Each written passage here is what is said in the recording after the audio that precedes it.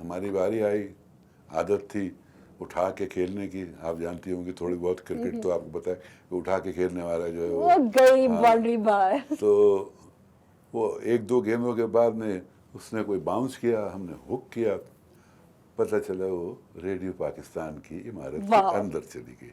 Sunday کا دن لڑکوں نے کہا کہ شرط تو وہی ہے, آپ ہی کو لانی ہے. ہم خیر کانفیڈنس تھے, چلے گئے. وہاں پر بچوں کی ایک لمبی لائن لگی ہوئی تھی ریڈیو پاکستان کے دروازے پہ, اور اس زمانے میں صبح میں بچوں کے پروگرام ہوا کرتے تھے نونہال کے نام سے, جو ایس ایم سلیم, ظفر صدیقی, منی باجی یہ لوگ کیا کرتے تھے, اور اس کی پروڈیوسر ہوا کرتی تھی فاروق جہاں تیموری. تو ہم دیکھا یہ بچوں کی لائن ہے, تو ایک صاحب مجھ سے کہنے لگے, محمود علی بھائی مرحوم کی بات ہے, کیسے آئے میاں, جاؤ لائن میں لگ جاؤ, بچوں کے پروگرام کے لیے آئے ہو؟ میں نے کہا نہیں سر, میں تو یہ گیند میری اندر چلی گئی ہے وہ لینے آیا ہوں. تو کہنے, اب انہوں نے دو چار باتیں ادھر ادھر کی مجھ سے, پتہ نہیں وہ کیا مجھے آڈیشن لے رہے تھے یا ٹیسٹ لے رہے تھے یا کیا. انہوں نے پکڑ کے فوراً کہا, مس تیموری ذرا آئیے, ذرا اس بچے کی باتیں سنیے. وہ آ گئی, سلیم بھائی آ گئے, جو جید لوگ ہوا کرتے تھے. اچھا, اس وقت تک آپ کو نہیں پتا تھا نا کہ یہ لوگ کون ہیں, ان کی حیثیت کیا ہے؟ ان کی شکلیں تو نہیں نظر آتی تھی نا, ہم تو ان کی آوازیں سنتے تھے. ریڈیو پاکستان میں تو ایک اور بھی قصہ ہے, وہ میں سناؤں گا بعد میں. ان کا مسئلہ یہ تھا کہ ان کو ہم جانتے نہیں تھے شکلن. بہرحال انہوں نے بڑے مزے سے کہا کہ جاؤ وہ گیند اٹھاؤ, وہ دے کر واپس آؤ ہمارے پاس. میں کہا جی ہمیں میری باری ہے ابھی. کہ نہیں بس تم آؤ, بہت ضروری کام ہے تم سے. میں کہا اچھا جی. جناب وہ گیند دے کے واپس آئے, تو کہنے آؤ اوپر چلو. وہ مجھے لے گئے اسٹوڈیو میں, اسٹوڈیو نمبر 9 جہاں سے ڈرامے ہوا کرتے تھے. اوکے, واہ بھائی, کوئی ریفرنس نہیں ہے اقبال بچے کے پاس, جو 8 سال کا بچہ ہے, 8 سال کے بچے کا کیا ریفرنس ہوگا؟ کوئی ریفرنس نہیں ہے, کسی نے نہیں ریفر کیا, ایسے ہی آ گیا نا وہ چلتے چلتے. ٹھیک ہے, پھر تو وہاں پر کچھ آرٹسٹ بیٹھے ہوئے تھے, بڑے سینئر بھی تھے, کچھ جونیئر بھی تھے. تو کہنے کہ مجھ سے کہنے آپ ڈرامہ کرو گے؟ میں نے کہا وہ کیا ہوتا ہے؟ ظاہر ہے ہمارے لیے تو کہنا تم سنتے ہو ڈرامہ آتا ہے بچوں کو. میں نے کہا ہم سنتے تو ہیں, لیکن کیسے ہوتا ہے؟ کہ نہیں یہ مائک ہے, اس سے یہ اسکرپٹ ہوتا ہے, اس سے آدمی جو کردار وہ کر رہا ہوتا ہے وہ بولتا ہے. اچھا, تو لوگوں کو نہیں پتہ چلتا کہ یہ میں ہوں, اس کی بجائے وہ لگتا ہوں, میں لگوں گا اگر میں بولوں ہاں جی وہ. تو وہ اس زمانے میں قصہ طاہر درویش کے نام سے ایک سیریز چل رہی تھی, اس میں ان کو تلاش تھی ایک شہزادے کی. وہ جناب انہوں نے مجھے 2-3 ریہرسلیں کرائی, اس کے بعد کہا یہ گھر جا کے آپ پڑھیے گا, اور اگلے اتوار کو یہ لائیو جائے گا, اور یہ ہر اتوار کو لائیو جاتا ہے. میں نے کہا اچھا. خیر ہم گھر گئے, بڑے اچھا گھر پہ جب یہ چیز بتائی کہ اس طرح ہوا ہے آج, ابا امی کو بتایا, میں نے کہا یہ دیکھیے یہ اسکرپٹ دیا ہے انہوں نے, کہ یہ تو بہت اچھا ہے, کرو. اچھا بھائی دیکھو, لیکن یہ تمہارا پروفیشن نہیں ہوگا, یہ صرف تمہیں شوق کے لیے کر لو. صحیح ہے, ظاہر سی بات ہے 8 سال کے تھے آپ اس وقت. میں کہا اچھا جی بہتر. خیر دوسرے دن ہم گئے سنڈے کو. اب مسئلہ یہ ہوا کہ ہمارا ہائٹ اتنی نہیں تھی جتنا مائک تھا. 8 سال کے آپ اتنے سے ہوں گے, مائک یہاں ہوگا. تو مجھے یہ اعزاز حاصل ہے کہ ٹیلی ویژن کے اور ریڈیو کے اور فلم کے بہت سینئر ایکٹر, اور میرے لیے بزرگ, میرے لیے مینٹور کی حیثیت رکھنے والے محمود علی بھائی, انہوں نے مجھے گود میں اٹھا کے مائک تک لے جاتے تھے. جب میری ایگزٹ ہوتی تھی تو وہ واپس لے آتے تھے. وہ جب 3-4 مہینے وہ ڈرامہ چلتا رہا, تو وہ شہزادہ گود میں آ رہا ہے اور گود میں جا رہا ہے. تھوڑے قد بھی بڑھتا چلا گیا تھا, پھر اسٹول پہ کھڑے ہونے ہم شروع ہو گئے, اس طرح سے چلتا رہا. اس کے بعد بز میں اپنے اسکول براڈ کاسٹ کے تابش دہلوی صاحب تھے, انہوں نے پکڑ لیا, تو ہم میٹرک تک اسکول براڈ کاسٹ میں کردار کرتے رہے. پھر بزم طلبہ آیا, پھر جنرل پروگرامز ہوئے, پھر اسٹوڈیو نمبر 9 کے ڈرامے, پھر سینئر سے جیسے رضی اختر شوق, نجم الحسنین, اس طرح کے پروڈیوسر سے واسطہ. ساتھ میں ہمارے قاضی واجد, محمود بھائی, طلعت حسین صاحب, پتہ نہیں کون کون جن کے نام عرشی منیر خالہ عیشت ہاشمی اس طرح کے ایکٹروں کے ساتھ رہ کے ہم بھی عادی ہو گئے تھے. اچھا یعنی کہ 8 سال کی ایج میں جب آپ نہیں کو یہ وہ 8 سال پہلا کی بات نہیں ہے, یہ میں دیکھے کہاں پہنچا آپ نے. نہیں میں بزم طلبہ بعد میں بزم طلبہ was first year second year, صحیح ٹھیک ہے نا. بزم طلبہ کے بعد جب گریجویشن کر لیا تو دین دا جنرل پروگرامس جو ہیں بزم طلبہ میں ہمیں ہمارے سینئرز بزرگوں کی رہنمائی بھی حاصل تھی, سرپرستی بھی تھی. اس زمانے میں یاور مہدی صاحب اور عصمت زہرا صاحبہ اور قمر جمیل صاحب اور اس طرح کے بڑے نام ہیں, بڑے نام, یہ ان لوگوں نے ہمیں رہنمائی کر کے ہمیں ڈرامہ سکھایا. میں یہ بات کر رہی تھی ایک مزے کی بات سنیں, ایک ڈرامہ ہوا رضی اختر شوق صاحب کا, اس کے اندر بالکل سلیکٹڈ قسم کی سینئر ترین کاسٹ, اس میں ہم بھی تھے, تو اس کا نام تھا موت نے آواز دی. صحیح. وہ 25 ہفتے کا ڈرامہ تھا اور روزانہ شوق صاحب کی عادت تھی کہ وہ ریہرسل بہت کراتے تھے, 4 دن 5 دن ریہرسل کراتے تھے. اس کے بعد میں ریکارڈنگ ہوتی تھی تو ایک 50 منٹ کا ڈرامہ پورے دن میں بھر میں وہ ریکارڈ کراتے تھے ٹکڑوں میں. تو ایک دن ہم سب آ رہے تھے, میں واجد بھائی ہم لوگ اندر آنے لگے, تو کہاں جا رہے ہیں ایک صاحب نے پوچھا. وہ شوق صاحب کے ڈرامے میں کام کرنے کے لیے. اچھا کیا نام ہے؟ میں نے کہا جی موت نے آواز دی. اس کے بعد سے وہ ڈرامہ جو ہے شوق نے آواز دی کہ نام سے مشہور ہو گیا, شوق نے آواز. شوق نے آواز دی, واہ بھائی کیا بات ہے. تو یعنی یہ جو آپ نے جو ڈائریکشن طے کر لی تھی, مطلب میں اسی سوال پہ آ رہی تھی کہ جب آپ 8 سال کے تھے, جب آپ کو پہلا ریڈیو کا جو پروجیکٹ بائی چانس اس گیم کے توسط سے جو آپ کو ملا, تو اسی وقت کہیں نہ کہیں ذہن میں یہ چیز آ گئی تھی کہ جی مجھے تو اب یہی کرنا ہے, یا پھر جیسے کہ پیرنٹس کا پریشر ہوتا ہے کہ بھئی یہ تو شوق ہے تمہارا, اس میں نہیں کرنا, تو وہ پھر کب آپ کو لگا کہ نہیں مجھے اس کو ایز اے پروفیشن نہیں, وہ پرسیو ایکچولی کرنا ہے؟ ایسا تھا کہ ہم تھوڑے سے ایک سیاسی گھرانے سے تعلق رکھتے تھے. والد صاحب جو ہے مسلم لیگر تھے, جوائنٹ سیکرٹری تھے بامبے مسلم لیگ کے, قائد اعظم کے ساتھیوں میں سے تھے. تو ہمارے یہاں بڑے سیاسی چہل پہل بھی تھی اور پرومیننٹ ہونے میں کسی کو کوئی اعتراض بھی نہیں ہوتا تھا. تو ہم نے سوچا تھا کہ کریں گے, اور ساتھ ہی ساتھ جو اسٹوڈنٹ لائف آئی تو اس میں اسٹوڈنٹ لیڈری شروع کر دی. لیڈر بن گئے پھر, جیلوں میں بند ہوئے. واہ واہ. میں, معراج بھائی, شہنشاہ حسین, علی مختار رضوی, امیر حیدر کاظمی, اس طرح کے جتنے اسٹوڈنٹ لیڈرز تھے ہم کراچی ڈی جے کالج سے لے کے اور قائد اعظم کے مزار تک جلوس نکالنا اور آمریت کے خلاف اور یہ اور وہ, اس کے اندر جو ہے تھوڑی سی جیلیں ویلیں تانے وانے برداشت کیے. لیکن والد صاحب وہ خود پولیٹیکل آدمی تھے تو انہوں نے اعتراض روکا نہیں پھر, مطلب. لیکن اس کے ساتھ ساتھ ہمارے یہ شوق جو ریڈیو کا جو منہ کو لگ گیا تھا, یہ کہتے ہیں نا لت لگ گئی آپ کو, وہ نہیں چھوٹا. ریڈیو پر کام کرتے کرتے اچانک پتہ چلا 1967 میں ٹیلی ویژن آ گیا.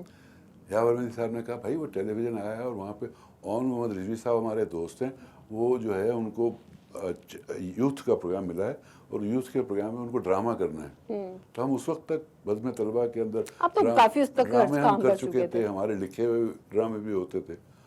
تو اس زمانے میں رسول احمد کریمی صاحب کا ایک بہت اچھے رائٹر ہیں, امریکہ چلے گئے تھے, تو ان کا لکھا ہوا کرایہ کا مکان ایک ڈرامہ تھا, بہت طویل تھا. تو انہوں نے کہا یار یہ ریڈیو پہ تم نے کیا ہے وہی وہاں کر دو. میں نے کہا ہمارا کیا, ہم تو کر دیں گے, ہمیں پتہ نہیں ہے ٹیلی ویژن ہوتا کیا ہے. کہتے تم جاؤ. تو ہم گئے. ٹیلی ویژن کی اس زمانے میں فضا کچھ اور تھی, ایک ہی فلور تھا, سیکنڈ فلور بھی بن رہا تھا, کنٹرول روم چھوٹا سا بیبی بننا شروع ہوا تھا وہ. تو انہوں نے پتہ چلا کہ جو پروڈیوسر تھے اون محمد رضوی صاحب مرحوم, وہ تو چھٹی پہ تھے. اور وہ جب اسلام آباد آئیں گے اس دن, اس زمانے میں ریکارڈنگ نہیں ہوتی تھی ڈرامے کی, لائیو ڈرامہ ہوتا تھا. سارے کھیل جو ہیں وہ لائیو ہوتے, تو اس میں تو غلطی کی بھی گنجائش نہیں ہے نا, لائیو ہے. Not at all. تو طاہرہ جلیل ہمارے ساتھ تھی, بہت مشہور آرٹسٹ تھی ریڈیو کی, آج کل وہ بھی امریکہ میں ہیں, اور ابھی بھی ہم ان سے رابطہ اس لیے کرتے ہیں کہ وہ ہماری پہلی ہیروئن تھی. خیر, تو اس زمانے میں ہم نے سوچا کہ اب کریں کہ ہم آئے ریڈیو پاکستان, انہوں نے لوگوں سے پوچھا کہ جی یہ ہوگا کیسے, وہ تو ہے نہیں. تو کہنے کچھ نہیں, تم ایک کام کرو. ایک صاحب نے مشورہ دیا کہ وہاں پہ ایک آدمی ہے بڑی موٹی سی آواز والا اور بڑا وہ ذرا سمجھدار آدمی ہے, اور وہ اناؤنسر ہو کے آیا ہے, میں نے کہا نام کیا ہے اس کا؟ کہنے طارق عزیز. اوہ ہم چلے گئے ان کے پاس. کہنا میاں تم ڈرامہ کرو گے کیسے؟ میں نے کہا بتا دیجیے آپ. کہنے تھیٹر کیا ہے؟ میں نے کہا تھیٹر تو بہت کیا ہے، کیونکہ اس زمانے تک ہم خواجہ معین صاحب کے ساتھ، علی احمد کے ساتھ، صمد یار خان کے ساتھ، بہت سارے سینئر ڈرامہ ڈائریکٹرز کے ساتھ ہم ڈرامہ کر چکے تھے. تو انہوں نے کہا تھیٹر کی مووز میں اور اس کی اسٹیج کی موو میں یہ فرق ہے کہ آپ کو کیمرے اینگل سے موو کرنی ہے، آپ کو آڈینس کی طرف موو کر کے جو موو ہوتی ہے اس کی بجائے وہ اینگولر ہوتی ہے، اور آپ کو پتہ ہونا چاہیے کہ آپ کا ایک کیمرہ ادھر، ایک کیمرہ ادھر اور ایک کیمرہ بیچ میں ہے، تو اسی حساب سے آپ کے کیریکٹر جو ہے موو کریں گے فریمز. تھوڑا تھوڑا سمجھ میں آ گئی. پھر ہم گئے امریکن سینٹر، وہاں پہ ٹیلی ویژن پروڈکشن پہ تھوڑی سی کتابیں تھیں تو وہ پڑھی. ایک زمانے میں آج تک مجھے یاد ہے grammar of television production, Desmond Davis, جو کہ واقعی جو ہے بائبل کہلاتی ہے ٹیلی ویژن پروڈکشن کی، 80 صفحے کی کتاب. وہ ہم نے دیکھی لائٹنگ کیسے ہوتی ہے. پھر ہم لائٹنگ کیمرہ مین سے ملے، سیٹ ڈیزائنر سے ملے، خود ہی ہم یہ سب کچھ کر رہے ہیں. اور سیٹ بھی لگ گیا، لائٹنگ بھی ہو گئی، لباس بھی جستجو تھی نا آپ میں، سب کچھ ہو گیا. اور محمد رضوی صاحب آئے جس دن ڈرامہ ہونا ہے اس سے ایک دن پہلے. ہاں بھائی کیا کیا تم لوگوں نے؟ ہم نے کہا جی آپ ریہرسل دیکھ لیجیے، ہمیں تو پتہ نہیں، جیسا ہمیں آتا تھا. ہم نے ان کو، اس زمانے میں ہوتا یہ تھا کہ موک ریہرسلس ہوتی تھی، چھوٹے چھوٹے اسٹوڈیو کی بجائے وہ جگہیں پراپس رکھی جاتی تھی کہ یہ کرسی ہے، یہ تو وہ مووز ہم نے اپنے تھیٹر کے حساب سے بنا دی تھی. کہنے دکھاؤ.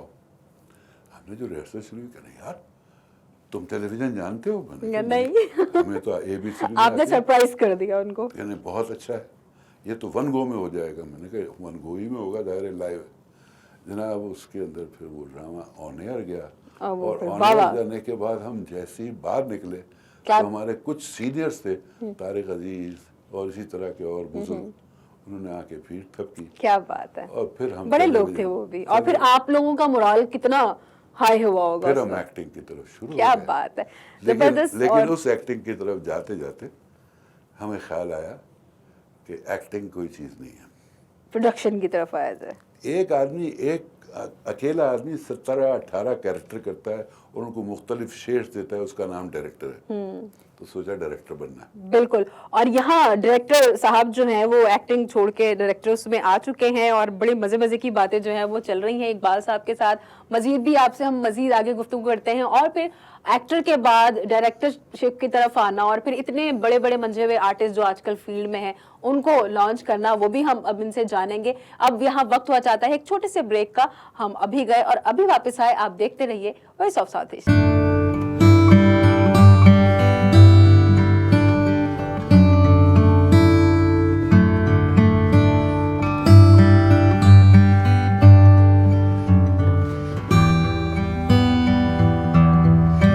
ویلکم بیک ناظرین، آپ دیکھ رہے ہیں وائس آف ساؤتھ ایشیا کا ٹی ٹائم. میں ہوں شیلا محمود، اور میرے ساتھ جو آج ٹی ٹائم میں شخصیت ہے وہ ہیں معروف پاکستان کے جو ہے وہ ہمارے ہدایت کار اقبال لطیف صاحب، جو کہ ابھی تک بریک پر جانے سے پہلے ہمیں اپنی ایکٹنگ کی روداد بتا رہے تھے، لیکن بریک سے جانے سے پہلے یہ ڈائریکٹر بن چکے ہیں. تو پھر آپ نے یہ سوچا کہ نہیں، ایکٹنگ بھی کی ہے ماشاءاللہ سے آپ نے، لیکن پھر آپ ڈائریکٹرشپ کی طرف آ گئے، اور تب سے لے کے پھر اب تک آپ اس میں ڈائریکٹر بننے کی جو لگن پیدا ہوئی وہ یوں ہوئی کہ ایک صاحب ہوتے ہیں، آپ جانتے ہوں گے ان کا نام اطہر شاہ خان. وہ مجھ سے 2 سال سینئر تھے کالج میں، اور میں فرسٹ ایئر میں تھا، لیکن وہ زمانے میں بھی ڈرامے لکھا کرتے تھے، خاکے لکھا کرتے. ان کی ہماری دوستی، اور ریڈیو کے اندر ہم دونوں کا آنا جانا ساتھ تھا. تو ہماری ایک روٹین ہم نے بنائی تھی کہ ہم ریڈیو جب جاتے تھے کالج سے بھاگ کے، اور 4:30 بجے تک ہوتا تھا، ہم 2 بجے بھاگ کے وہاں پہنچتے تھے، کالج بنک کر کے ریڈیو جاتے تھے. اور اس کے بعد ہم وہاں پر، جب اس زمانے کی آپ کو کہانی تو پتہ ہوگی کہ اس زمانے میں جو آدمی جو پروگرام کرتا تھا اس کا چیک جو ہے اسی وقت ڈیوٹی آفیسر جو ہے، جیسے آپ نکلتے تھے باہر تو آپ کے ہاتھ میں چیک دے دیا جاتا تھا. کتنا اچھا دور تھا اس معاملے میں. تو وہ چیک ہوتا کتنے کا تھا بی بی یہ نہیں پتا آپ کو، 25 روپے.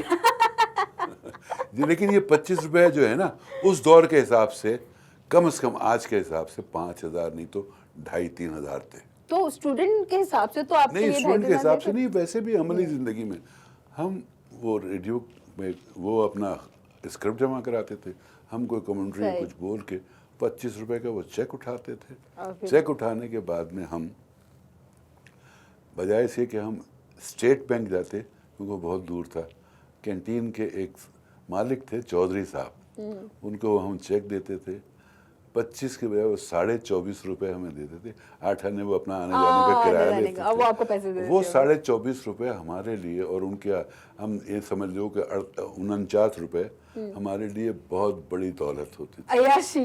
عیاشی. امیر ہے نا اس وقت تو آپ. ریڈیو سے نکلے, ٹرین میں بیٹھے, صدر گئے, صدر سے واک کرتے ہوئے گئے فیرر ہال. واہ. نیکسٹ ڈے کے اسکرپٹ انہوں نے لکھنا شروع کی. ہم نیکسٹ ڈے کے جو ہمارے اسائنمنٹ تھا ریڈیو کا وہ ریہرس کیا. وہاں سے اٹھے. اگر تمہیں کراچی کا نقشہ ذہن میں ہے تو فیرر ہال سے ہم واک کرتے ہوئے آتے تھے پیلس سنیما. صحیح. وہ انگریزی فلموں کا بہترین سنیما ہال تھا جہاں ہالی ووڈ کی ٹاپ کلاس موویز ہمیشہ چلتی تھیں. کیا دور تھا, خوبصورت دور تھا وہ. اور اسی کے ساتھ دوسرے بھی تھے ہمارے Rio cinema, Capital cinema, Paradise cinema, یہ سب صدر میں تھے. بے نام و نشان. واک کرتے ہوئے آپ جائیں تو ہم دیکھتے ہوئے آتے تھے, اخبار بھی دیکھتے تھے ہم نے کون سی فلم دیکھی ہے اور کون سی نہیں دیکھی ہے. نہیں, ہم نے کون سی دیکھی ہے کیونکہ ڈیلی روٹین تھا نا. اس میں چھانٹی کرتے کہ اچھا یہ نہیں دیکھی, چلو آج یہ دیکھتے ہیں. تو ہم وہ فلم بیٹھ کے دیکھتے تھے. واہ کیا بات ہے. اور دیکھنے کے بعد ہم جب باہر نکلتے تھے تو جو ہمارے پاس دولت ہوتی تھی ریڈیو پاکستان کی دی ہوئی, اس سے ہم ایک مشہور یہاں پر کیفے جارج ہوا کرتا تھا صدر میں کارنر کے اوپر, اس میں جا کے ہم پیٹی یا فش فرائی وہ کھاتے کھاتے ہم ڈسکس کرتے تھے کیا کہ فلاں شاٹ اس نے کیسے لیا ہے, اس میں اس کی لائٹنگ کے اندر یہ کیا تھا, اس کے ڈائریکٹر نے یہ کیا سین شوٹ کیا, اس ایکٹر نے فلاں جگہ پہ کیا پرفارمنس کی. اس طرح سے آہستہ. اس زمانے میں کوئی اکیڈمیز نہیں تھی, کوئی آرٹس کونسل کی اکیڈمی نہیں تھی, کوئی ناپا نہیں تھا, کوئی اور ایجوکیشنل سلسلہ نہیں تھا. ہم جاتے تھے برٹش کونسل جاتے تھے اور امریکن سینٹر جاتے تھے. وہاں پر پروڈکشن کی کتابیں ہم نکالتے تھے, وہ لے جانا منع تھی, ہم چھپا کے لے آتے تھے. فوٹو کاپیاں کرا لیتے تھے, وہ واپس جا کے رکھتے تھے. یہ ضرور تھا کہ ہم وہ امانت میں تھوڑی سی خیانت کرتے تھے کہ ہم اس کی فوٹو کاپیاں کرائے. اس سے سیکھتے تھے. سیکھتے ٹیلی ویژن کی ایکٹنگ کرتے کرتے شوق آیا کہ اب ہمیں اداکاری کی بجائے ڈائریکشن کی طرف جانا چاہیے. ہم نے اپلائی کیا ہالی ووڈ میں, یونائٹڈ اسٹیٹس میں. اور یہ کس سن کی بات ہے؟ یہ ہے 70 کی, 1970. تو اس میں Don Martin school of radio ایک ٹیلی ویژن ہوتا تھا بہت مشہور, جہاں پہ ایکٹنگ بھی سکھائی جاتی تھی, ٹیلی ویژن پروڈکشن بھی سکھائی جاتی تھی اور ریڈیو کے بھی بتایا. اور اس کے ساتھ وہ آن دا جاب ٹریننگ کے لیے یونیورسٹل اسٹوڈیو بھیجا کرتے تھے اپنے اسٹوڈنٹس کو. ہم نے بینیفٹ صرف یہی لینا تھا اور وہ بینیفٹ ہم نے اٹھایا. اور پڑھتے پڑھتے ہم ان کے ذریعے یونیورسل اسٹوڈیو پہنچے. وہاں کے شوز جو ان کو ہم نے اسسٹ کرنا شروع کیا. ایک شو اس زمانے میں بہت مشہور تھا, شاید آپ پیدا ہو گئی ہوں گی, لوسی شو. لوسی پال اس دنیا کی وہ خوبصورت ترین کامیڈی آرٹسٹ تھی جو اولڈ ایج کے اندر اتنا ہنساتی تھی لوگوں کو. آج بھی اگر آپ چاہیں نیٹ پہ دیکھیں تو لوسی شو دیکھیں, اور اس کے اندر آخر میں آپ دیکھیں گی تو ایک ایسوسیٹ کا نام آئے گا EKBAL LATIF, اقبال لطیف. تو بہرحال وہاں سیکھا, ان لوگوں سے تعلقات ہوئے. لوسی خاتون جو تھی وہ بہت بہت اعلیٰ مزاج کی خاتون تھی. انہوں نے ہمیں اپنے بیٹوں 18-19 سال کے تھے, 20 سال کے ہوں گے, بچوں کی طرح اپنے پالا رکھا, ہمیں احتیاط. جب تک وہ زندہ رہی اس کے آج بھی میرے پاس محفوظ ہیں. تم چاہو گے تو میں دکھاؤں گا تمہیں. آج تک کرسمس کے, نیو ایئر کے اور عید کے کارڈ اس کے میرے پاس ہیں. کیا بات ہے. تو یہ ان سینئر. پھر اس زمانے میں ہالی ووڈ کے جو سپر اسٹارز تھے ان کی چلنا پھرنا, ان کا آنا, ڈائریکٹر بہت آبزرو, آپ اپنے ملک میں رہ کے اتنا آبزرو کر رہے تھے, تو پھر جب آپ کو ایک بڑا پلیٹ فارم ملا. اب یہ سوچو کہ 1970 میں جو آدمی وہاں گیا ہوا ہے تو اگر 2022 تک وہاں ہوتا, جبکہ وہ اس جگہ پر پہنچ چکا ہے جو ہب آف شو بزنس ہے. بالکل. لیکن اتفاق یہ ہے کہ میں والدین کا اکلوتا تھا, میرے فادر کو ہارٹ اٹیک ہوا, I had to come back. اور جب میں یہاں پہنچا ہوں تو میں نے یہ سوچا کہ ان کا میرے علاوہ کوئی نہیں ہے, جو بات ہے. I stayed here. پھر اس زمانے میں اسلم اظہر صاحب اور آغا صاحب جو مجھے جانتے تھے ریڈیو کے حوالے سے بھی, تھیٹر کے حوالے سے بھی, ایکٹنگ کا, انہوں نے کہا کیا کر رہے ہیں؟ میں نے کہا جی ہالی ووڈ میں ہوں, پڑھ رہا ہوں. ہے نا, چلو لانا ہی ہے, پاکستان میں یہ ٹیلی ویژن اب اسٹیبلش ہو گیا.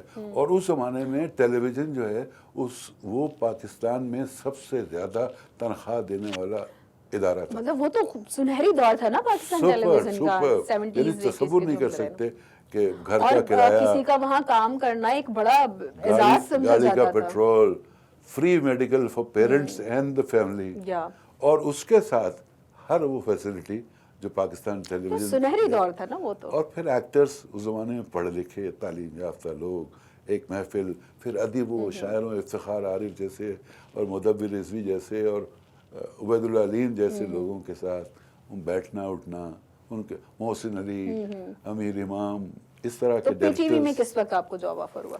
میں آیا ہوں جب 74 میں, and on 1st March of 1975 I joined PTV in Lahore. Okay, as training producer. صحیح. اور وہاں پر پھر مجھے یاور حیات, stall ward of Pakistan tele vision, Qamar Aftab, Muhammad Israr Hussain, MNH جنہیں کہتے ہیں. پھر جب آپ اپنا ہالی ووڈ سے جو اتنا سارا خزانہ لے کر آئے تھے, پھر سارا آپ نے آ کے وہ امپلیمنٹ سب کیا. جو ہے نا وہاں پہ تھیوری تھی, یہاں پریکٹیکل پتہ چلا کہ یہ لوگ جنہوں نے نہیں پڑھا ہے وہاں جا کے وہ کیسے کام کرتے ہیں. خیر انہوں نے جب اتفاق سے ڈیورنگ ٹریننگ ہی میرا سب سے پہلا سیریل وہاں سے شروع ہو گیا. وہ منو بھائی کا لکھا ہوا تھا, پے سے پہاڑ. تو یاور حیات صاحب کی محبت یہ تھی کہ پہلے ڈرامہ سیریل میں پہلی دفعہ میں ڈائریکشن دے رہا تھا, اور ہمارا نام اس طرح سے آتا تھا, پے سے پہاڑ, ہدایات و پیشکش الف سے اقبال لطیف, یہ سے یاور حیات. خوبصورت. وہ ظاہر ہے یہ تھے, اور میں الف تھا پروڈکشن کا اس اعتبار سے بھی. خیر وہ سلسلہ چلتا رہا, وہاں جھوک سیال اسسٹ کیا اور سارے تھی. جب کراچی واپس آیا تو پھر اپنا جو کچھ بھی, پاکستان کا کوئی ایسا رائٹر نہیں ہے جن کے ساتھ چاہے وہ حمید کاشمیری ہوں, چاہے بجیا ہوں, چاہے اسد محمد بجیا آپا کے بھی آپ نے بہت سارے. بجیا کا زندگی کا طویل ترین سیریل جو ہے وہ میں نے کیا تھا, اور وہ ہڑتال کی حالت میں کیا تھا کہ آرٹسٹوں نے ہڑتال کی ہوئی تھی, اور میں یونین کا چیف ہوتا تھا پی ٹی وی کا. جو آرٹسٹ وہاں پہ ہڑتال کر کے بیٹھے ہوں اور ہمارا اسٹوڈیو خالی پڑا ہو, پھر آپ کیسے کریں؟ تو ہم نے بجیا کو استعمال کر کے انور مقصود صاحب کو وہاں سے ہٹایا, اور بہت سارے لوگوں کو. اور پھر تنویر جمال مرحوم, میرا دوست, میرا بھائی, جو ابھی اس کا حال میں انتقال ہوا ہے, اللہ اس کی مغفرت کرے, اس کو میں لایا, اس طرح کے ایکٹرز کو. اور وہ ہم نے 6 مہینے تک تصویر کے نام سے وہ ڈرامہ کیا. مجھے یاد ہے تصویر ڈرامہ, اور میں نے دیکھا ہے وہ. اس 6 مہینے تک یہ جو ہڑتالی تھے وہ سب باہر بیٹھے رہے, اور آپ ڈرامہ کرتے رہے. بعد میں پھر انہوں نے سولا کی. میں نے کہا بھائی دیکھو میں پاکستان ٹیلی ویژن کا ملازم ہوں, اور پھر سب سے بڑی بات ہے کہ میں یونین کا چیف ہوں. بالکل. تو کام تو نہیں رکنا چاہیے. تو میں اپنے دوستوں کو, اپنے ساتھیوں کو بھوکا ماروں کہ ان کے اوور ٹائم بند ہو جائے, ان کی تنخواہیں رک جائیں, اور آپ ہڑتال کریں 100 روپے بڑھانے کے لیے. تو 100 روپے بڑھانے کے لیے نہیں, آپ کو ویسے بھی فیسلٹی. اور پھر وہ حالات بدلے. بالکل, پھر کروٹ لی حالات. 30 سال نوکری کی, 22-23 سیریل کیے, زبردست. نیلام گھر کیا, 50-50 کیا, جو سپر ہٹ. پھر تو اس کے بعد سے تو پھر پرائیویٹ چینل بھی اتنے سارے آ گئے تھے. پھر میں چلا گیا. 30 سال نوکری کرنے کے بعد 10 سال میرے نوکری کے باقی تھے, تو میں نے ریزائن کر دیا. اور مزے کی بات یہ کیوں ریزائن کیا کہ they were making me general manager of Quetta یا اسلام آباد. اینڈ جنرل مینیجر پوسٹ جو ہے میرے حساب سے, بہت سے ہمارے دوست سینئرس ہیں انہوں نے کیا ہے, لیکن میرے حساب سے وہ کلریکل جاب تھی. Okay okay. میں پروڈکشن کا آدمی, میں نے کہا مجھ سے آپ کریٹیو لوگوں کے لیے بڑا مشکل ہوتا ہے نا ایسی. میں نے کہا مجھے کریٹیوٹی کرا لو, یہ مجھ سے نہیں ہو سکتا. یہ جو بات ہوتی ہے نا کریٹیو لوگوں کی, کہ وہ یہ کلرکی والے کام جو ہوتے ہیں نا ان کے لیے بڑا مشکل ہوتا ہے. پھر میں نے ARY نیٹ ورک جوائن کیا, چھوٹا سا اسٹوڈیو اور پنکھے بنانے والی ایک فیکٹری جوائن جب کیا, تو پنکھے بنانے والی فیکٹری بھیجی, وہاں پہ 14 اسٹوڈیوز بنائے, 7 چینلز ایک ایک کر کے بالکل ہم نے آن کیے. 7 کا ہیڈ آف پروگرامنگ میں تھا, جو بھی مجھ سے ہو سکتا کیا. اب کیونکہ